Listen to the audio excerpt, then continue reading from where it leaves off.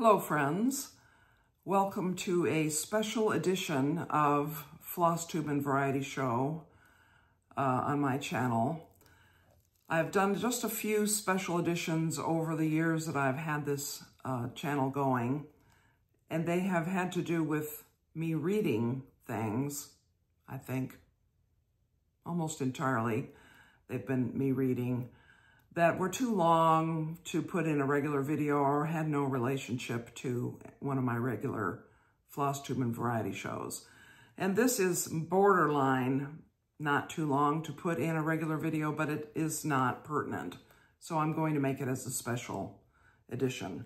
So what I'm going to do, this is April 18th, 2025, and 200 years ago today was the event of Paul Revere's ride took place in the famous poem by Henry Wadsworth Longfellow, Paul Revere's Ride. And I'm going to read from this illustrated book, oh dear, a lot of glare, I'm sorry, called Paul Revere's Ride. It includes the text of the entire poem and some illustrations by Monica Vatrula. And so I'm going to read this poem in honor of what happened 250 years ago today and show you many of the illustrations. Not all of them. There are a lot of them, but they're quite beautiful. So, without further ado, Paul Revere's Ride by Henry Wadsworth Longfellow. To get to the beginning of the book. Listen, my children, and you shall hear of the midnight ride of Paul Revere. On the 18th of April in 75, hardly a man is now alive who remembers that famous day and year.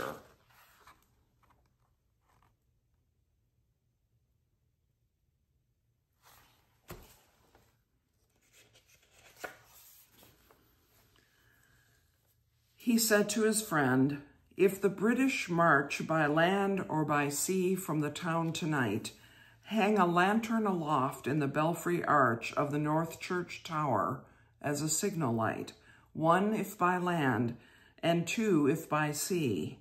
And I, on the opposite shore will be, ready to ride and spread the alarm through every Middlesex village and farm, for the country folk to be up and to arm."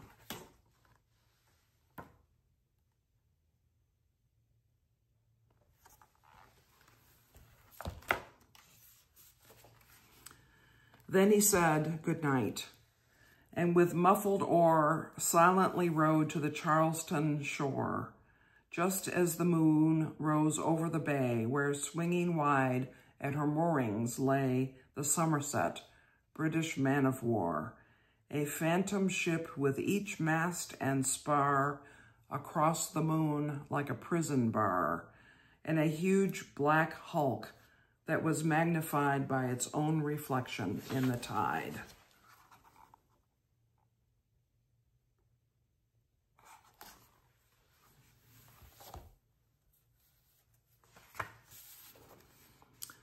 Meanwhile, his friend through alley and street wanders and watches with eager ears, till in the silence around him he hears the muster of men at the barrack door, the sound of arms and the tramp of feet, and the measured tread of the grenadiers marching down to their boats on the shore.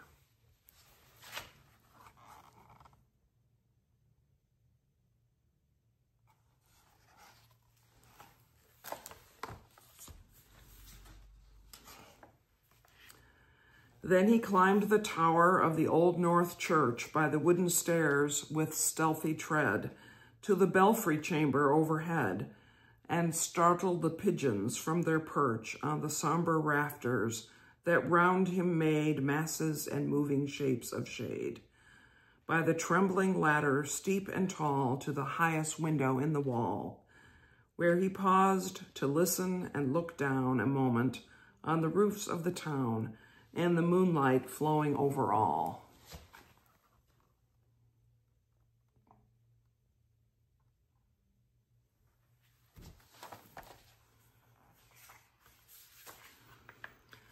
Beneath, in the churchyard, lay the dead, in their night encampment on the hill, wrapped in silence so deep and still that he could hear, like a sentinel's tread, the watchful night wind as it went creeping along from tent to tent and seeming to whisper, all is well.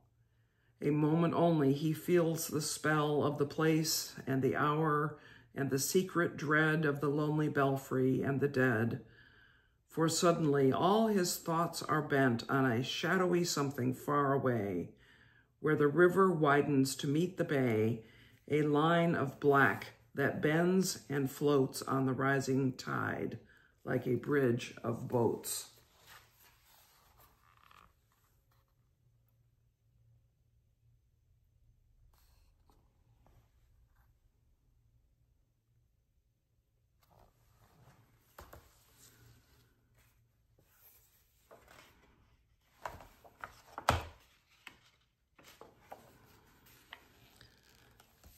Meanwhile, impatient to mount and ride, booted and spurred with a heavy stride on the opposite shore, walked Paul Revere. Now he patted his horse's side, now gazed at the landscape far and near. Then, impetuous, stamped the earth and turned and tightened his saddle girth. But mostly he watched with eager search the belfry tower of the Old North Church as it rose above the graves on the hill, lonely and spectral and somber and still. And lo, as he looks on the belfry's height, a glimmer and then a gleam of light. He springs to the saddle, the bridle he turns, but lingers and gazes till full on his sight a second lamp in the belfry burns.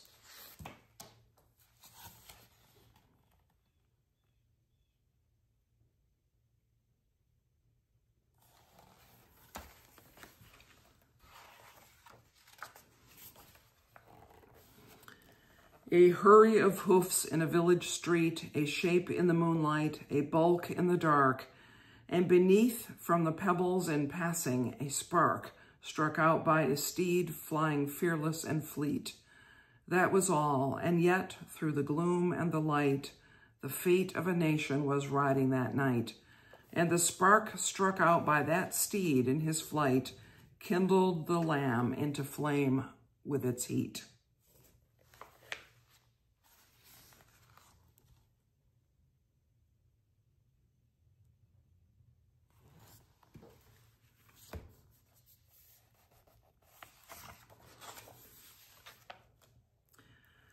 He has left the village and mounted the steep, and beneath him, tranquil and broad and deep, is the mystic, meeting the ocean tides, and under the alders that skirt its edge, now soft on the sand, now loud on the ledge, is heard the tramp of his steed as he rides.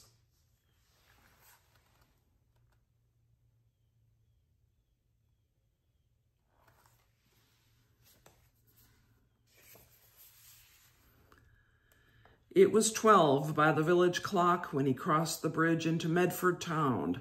He heard the crowing of the cock and the barking of the farmer's dog, and felt the damp of the river fog that rises after the sun goes down.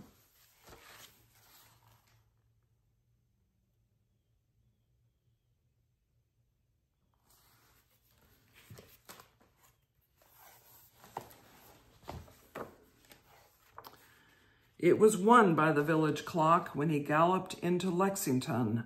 He saw the gilded weathercock swim in the moonlight as he passed, and the meeting house windows, blank and bare, gazed at him with a spectral glare, as if they already stood aghast at the bloody work they would look upon.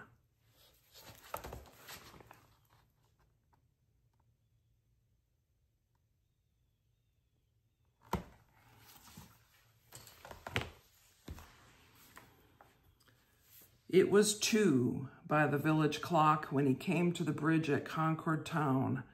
He heard the bleating of the flock and the twitter of birds among the trees, and felt the breath of the morning breeze blowing over the meadows brown. And one was safe and asleep in his bed, who at the bridge would be first to fall, who that day would be lying dead, pierced by a British musket ball.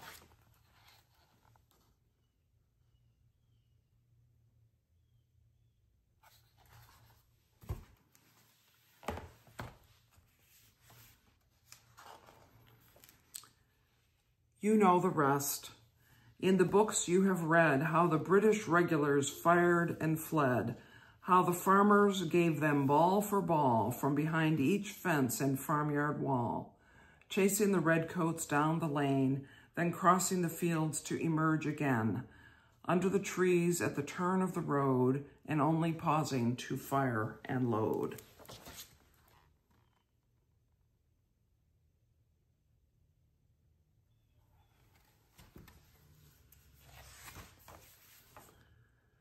So through the night rode Paul Revere, and so through the night went his cry of alarm to every Middlesex village and farm, a cry of defiance and not of fear, a voice in the darkness, a knock at the door, and a word that shall echo forevermore.